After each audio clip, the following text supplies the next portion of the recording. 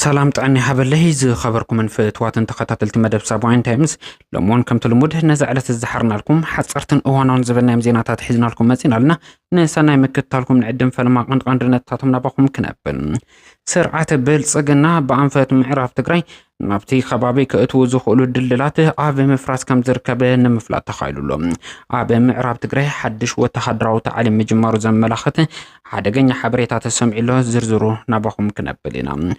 አንጻት ትግራይ ክትስለፉ ብዝብል ኣብ ክልል ኣምሓራ ዝተገፈፉ ምልሻታት ናብ ፋኖ ከም ዝተጸንበሩ ንምፍላጥ ተኻኢሉሎም ብኻሊ ገጽ ድማ ኣብ ክልል ዓፋር ዝንቀሳቐሱ ሓይልታት ሓራ መሬት ሙሉ ንሙሉ ናብ ሰራዊት ብልጽግና ክጽንበሩ ከም ዝተወሰነ እውን ኣብዚ ጉዳይ ዝተኻየደ ኣኼባ ዝምልከት ሓበሬታ كنكافلكم إنا سرعة بلصقنا في كل الأمحرة قبل على القدام زفتصمو متقعة الدرون نبيت كريستيان أرثوذكسية توخادو إيثيوبيا زقوت عن تخون باتريرك بصو وقدس أبونا ماتياس ترزبل مجلس زرك حملهم نايز زينا زي زرزر حاويسو نكالوت نوشت عدنا وصان مس بيزنس زيناتات زتا أساسر زرزر زينا نباخم كنبلينا حابيركم نصلحو لكومنت شير سبسكرايب مقبر أيتسنكم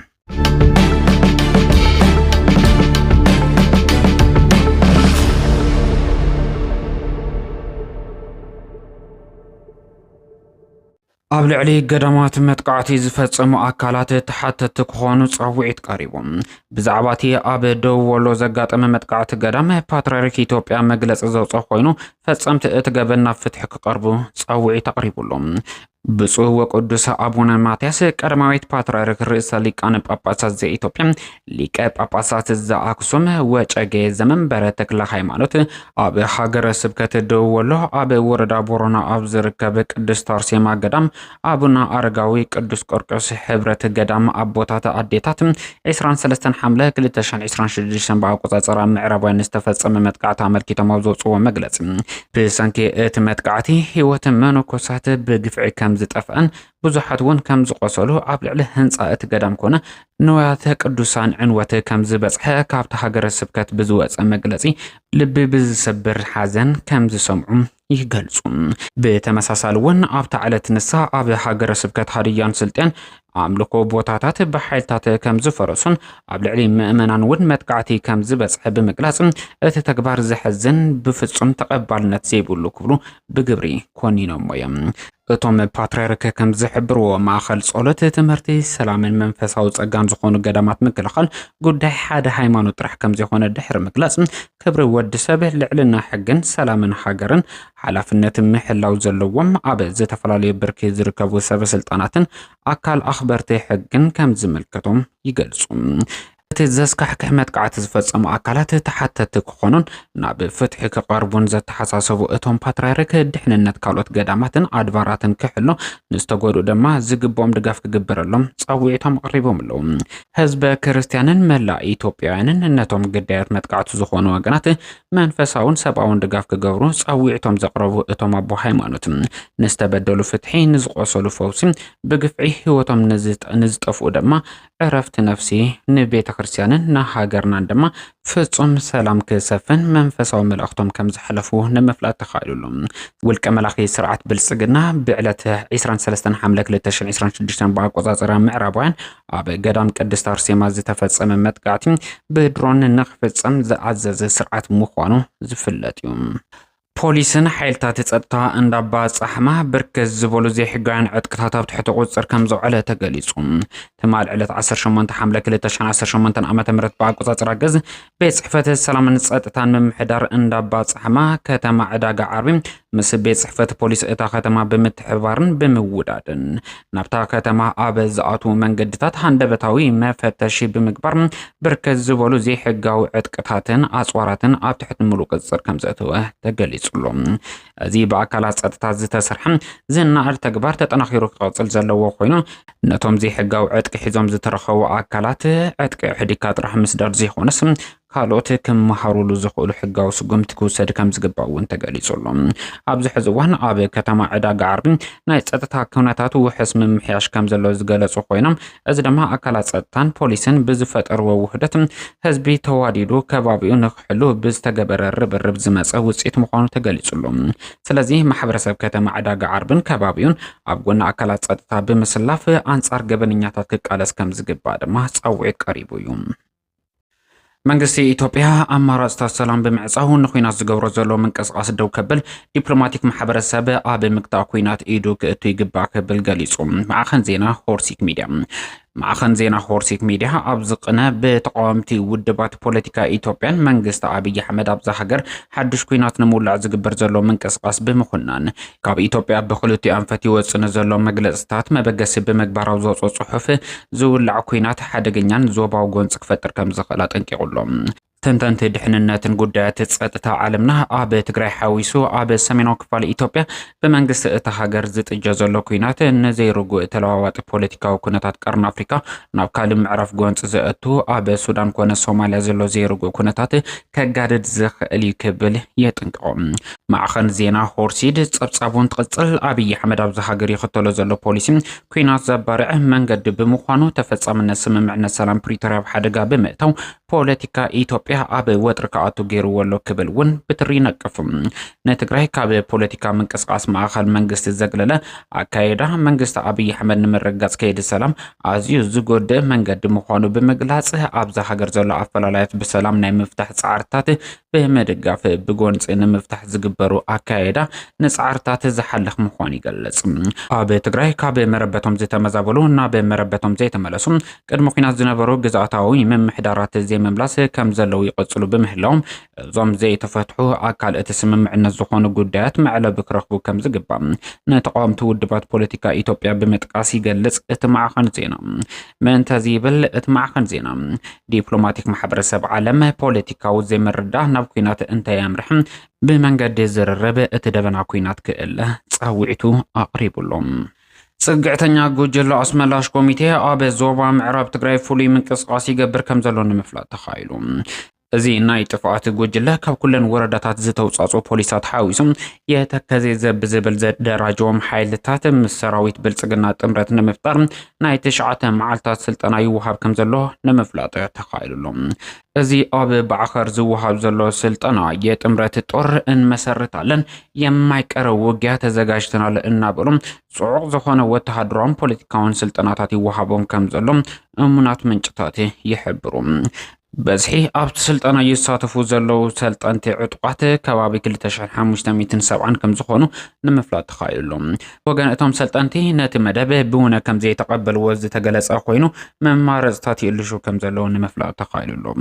ብተወሳኺ እውን እዚ ናይ ጥፋት ጉጅለ ድልድል መፍረስ ከም ሓደ ዕላማ ገይሩ ይንቀሳቐስ ከም ዘሎ ዝተሓበረ ኮይኑ ዕላማ እውን ወያነ ብኩሉ አንፈት ከይተኣቱ ቦታ ምዕጻው ዝዓለመ ምዃኑ ንምፍላጥ ተኻኢሎም። ብፍላይ ድማ ብኣንፈት ቆራሪትን ናብ ደደቢት ዘስገር ደልደል ሙሉን ሙሉእ ከም ዝተቆረጸ ንምፍላጥ ተኻኢሎም። ቀጺሉ ሸራሮ ማይ ተመን ከም እውን ሕሞራ ኦም ሓጀር ዘሎ ድልድል ንምፍራስ መደባት ከም ዝሓዙ ዝወጹ ዘሎ ሓበሬታ የመላኽቱ። አንጻር ህዝብ ትግራይ ናብ ኩናት ከኣቱ ብስርዓት ብልጽግና ዝተገፈፉን መምርሒ ዝተዋሃቦም ምልሻታት አምሓራ ደጊምና ምስሓው ህዝብ ትግራይ ደም አይንፋሰስን ብዝብል ቅዋሞም ናብ ሓይልታት ፋኖ ከም ዝተጸንበሩ ተገሊጹሎም። ህዝብን ክጠፋፋ ብስርዓት ብልጽግና ዝተፈሓሰ ሽርሒ ምኽንያት ብምግባር ኣብ ክልል አምሓራ ምልሻታት ናብ ግንባር ንኽወርዱ መምርሒ ወሪዱ ይስራሕ ከም ዘሎ ዝተገለጸ እንትኸውን ነዚ ኣቀዲሞም ዝተገንዘቡ ኣብ ዙርያ ከተማ ባህር ዳር ዝርከቡ 8 ምልሻታት ሎማዓንቲ 9 ሐምለ 2018 ዓመተ ምህረት ብኣቆጻጽራ ገዝ ኣብ ተኸባቢ ናብ ዝርከበ ናይ ፋኖ ሓይሊ ብምኻድ ምጽንባሮም ንምፍላጥ ተኻኢሉሎም። እዚ ዝናኣድ ተግባር ተጠናኺሩ ቅጽል ከም ዝግባእ ተገሊጹሎም። ትማሊ እውን ኣብዚ ጉዳይ ዘርጋሕናልኩም ሓበሬታ ሓይልታት ፖሊስ እቲ ክልል አንጻር ትግራይ ንዝግበር ኩናት ንኽዳለዉ መምርሒ ዋላ እኳ ተተዋሂቦም እቲ ቅድሚ ሕዚ ዝፈጸምናዮ ጥፍኣት ኣይንደግምን ብዝብል ቅዋም አንጻር ህዝቢ ትግራይ ንዘይምውጋእ ከም ዝጠፍኡ ምግላጽና ዝዝከር እዩ። ናይ ዝመቐጸልታ እውን ኣብ ዙርያ ከተማ ባህር ዳር ዝርከቡ ምልሻታት አምሓራ አንጻር ትግራይ ኣይክንዋጋእን ኢና ብምባል ናሃለዋቶምን ድሕነቶምን ውሕሳብ ዝግበር ቃልሲ ኣብ ጎኒ ፋኖ ንምስላፍ ናብ ፋኖ ከም ዝተጸንበሩ ንምፍላጥ ተኻኢሉሎም። ናብ አዲስ አበባ ብቁልጡፍ በረራ ተጸዊዖም ኣብ ወተሃደራዊ ኣኼባ ዝቐነዩ ላዕሎት ኣመራርሓ ዕጡቃት ሓይልታት ሓራ መሬት ዓፋር ትማሊ ኣኼቦም ዛዚሞም ሎማዓንቲ ናብ ዓፋር ክብገሱ ምዃኖም ተገሊጹሎም።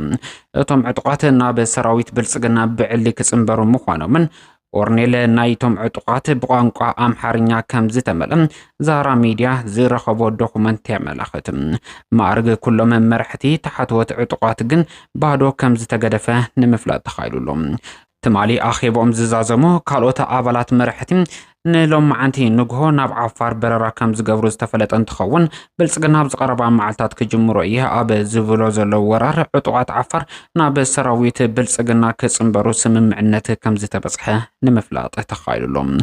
ኣብ ዓፋር ዘለው ተሓትወት አባላት እቲ ዕጡቅ ሓይሊ ትማሊ ኣማስዩ እቲ ሓበሬታ ከም ዝበጽሖም ዝተገለጸ እንትኸውን ኣብ ከቢድ ድንጋጸን ሻቁሎትን ከም ዝጠሓሉ ንምፍላጥ ተኻይሉሎም። ህዝብን መንግስትን ትግራይ በተደጋጋሚ ብዝገበሮ ጻውዒትን ለበዋን ብርከት ዝበሉ ዕጡቃት ነዚ ኩነታት ብምግንዛብ ናብ ትግራይ ይኣትዉ ከም ዘለው ዝፍለጥ እዩ። ሕዚ እውን ዝተረፉ ዕጡቃት መሳርሒ እቲ ጆኖሳይደር መንግስቲ ኦህዴድ ከይኾኑ ናብ ዓዶም ቀልጢፎም ክምለሱ ከም ዝግባእ ጻውዒት እንዳቀረበ ይርከብ። ሓላፊ ሰብአዊ መሰላት ሕቡራት ሃገራት ዳግም ተዓዊቱ። ካብ አሜሪካ ሩስያን እስራኤልን ተቃውሞ ዝገጠሙ ሓላፊ ሰብአዊ መሰላት ሕቡራት ሃገራት ቫልከር ቱርክ ንተወሳኺ 4 ዓመታት ኣብ ሓላፍነት ክጸንሕ ተዓዊቱሎም። ኣብ ሓደ ኣዝዮም ኣካትዕቲ ጸፍሕታት ሕቡራት ሃገራት ንኸጸንሕ ካብ አሜሪካ ሩስያን እስራኤልን ተቃውሞ እኳ እንተገጠሞ ብ24 ሓምለ 2026 ብኣቆጻጽራ ምዕራባውያን ንኻልኣይ ግዜ ከም ዝተዓወተ ንምፍላጥ ተኻኢሎም።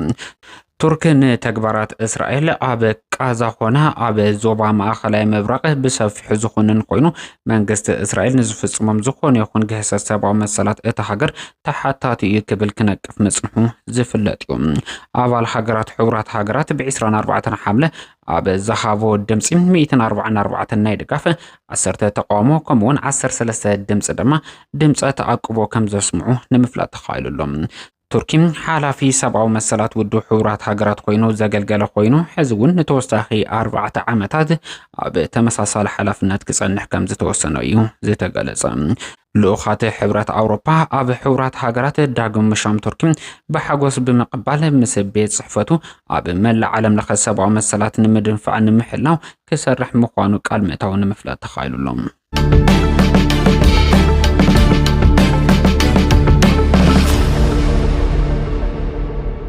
بمودعتا ናብ ቢዝነስ ዜናታትና ክነስግረኩም ዝኸበርኩም ፍትዋትን ተኸታተልቲ መደብ ሳባዊን ታይምስ ዋጋ ነዳዲ ናብ $100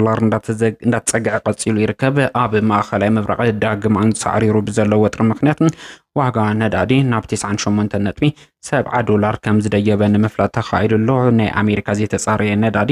ኣብ $85.89 እንዳተሸጠ ይርከብ። ወርቂ ትማሊ ኣብ ዝነበሮ ረጊኡ ከም ዘሎ ዝተገለጸ እንትኸውን $4,053 እንዳተሸጠ ይርከብ። ኣብ ዕዳጋ ክሪፕቶ ከም ቢትኮይን ዝበሉ ከረንሲታት እውን ወሳኽ ዘርአሉ ዕዳጋ ዝተረአየ እንትኸውን ብ0.75 ወሳኽ ዘርአየ ቢትኮይን ብ$64,524.59 እንዳተሸጠ ይርከብ። ብ1.54 ወሳኽ ዘርአየ ኢቴሪየም ድማ ብ$1,886.24 እንዳተሸጠ ከም ዝርከብ ንምፍላጥ ተኻኢሉሎም። ኣብ ተመን ሸርፍ ወፃኢ ኢትዮጵያ $1 ብ$159.7 ብር ተዓዲጉ ብ$162.8 ብር እንዳተሸጠ ይርከብ።